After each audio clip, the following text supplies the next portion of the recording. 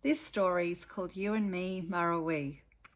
It's written by Kerri Hashmi and illustrated by Felicity Marshall.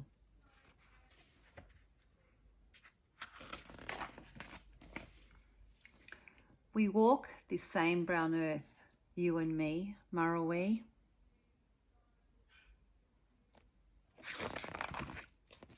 Past the ancient granite rocks, we run down the slope to the river, hearts beating in time. I follow your bare footsteps. We move the same dust and bend the same grass in our stride.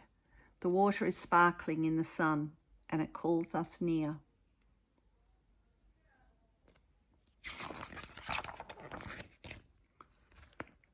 You've made a mudslide down the bank. You sit on it and squeal as you slip with the other children into the cold, clear water.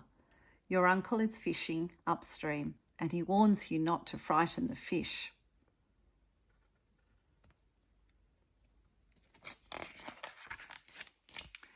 I give the slippery dip a miss, take my shoes off and paddle near the edge.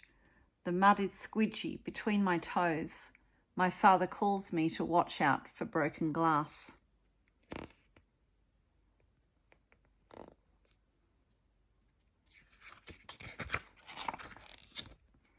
We each pick up a stick and draw pictures in the same patch of river sand.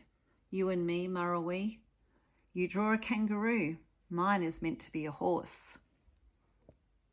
We walk along the riverbank, balance our way over the rocks and scratch at the lichen. I follow the footprints of someone's dog. You think you've seen wallaby spoor.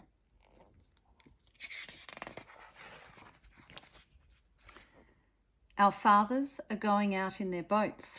They leave from the same little launching bay where the riverbank is low. My father has a rowboat.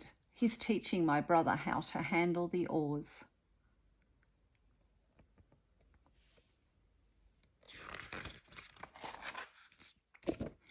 Your father has a canoe.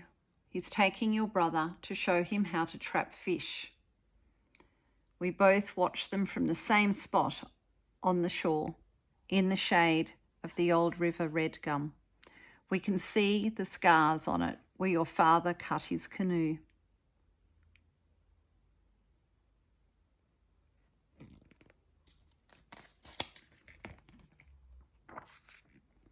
The ducks on the river expect food from campers. They swim up to me and I throw them some bread.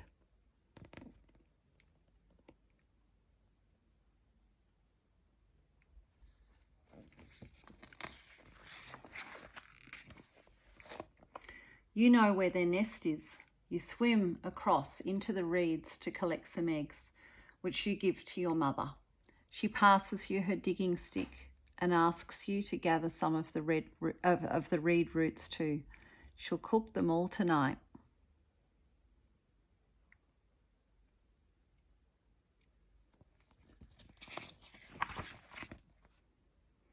We climb up the path above the river. You and me, Murrawee. The magpies are nesting too. They swoop on us and we both run, ducking. The river water you are carrying splashes from your coolerman.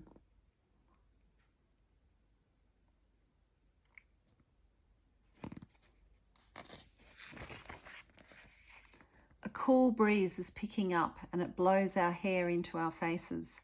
It brings the scent of food and the smoke of campfires. Our tummies rumble. I can smell sausages and onions frying. For you, the fish, the eggs and roots are baking. We share food with our families. The ants clean the crumbs and take them back to their nest, as they have always done.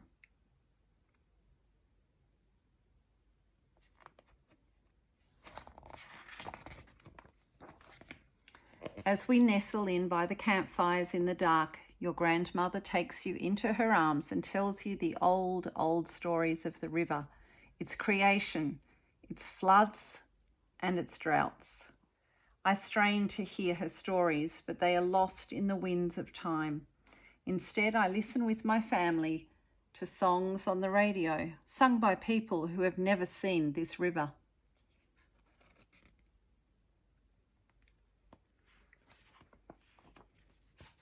We lie down in the same hollow in the sand, you and me, Murrawee.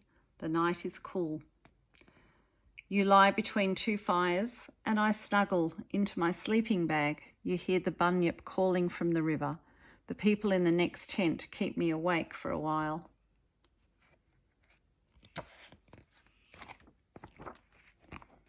We breathe the same air, you and me, Murrawee, but we will never meet, for we live 200 years apart.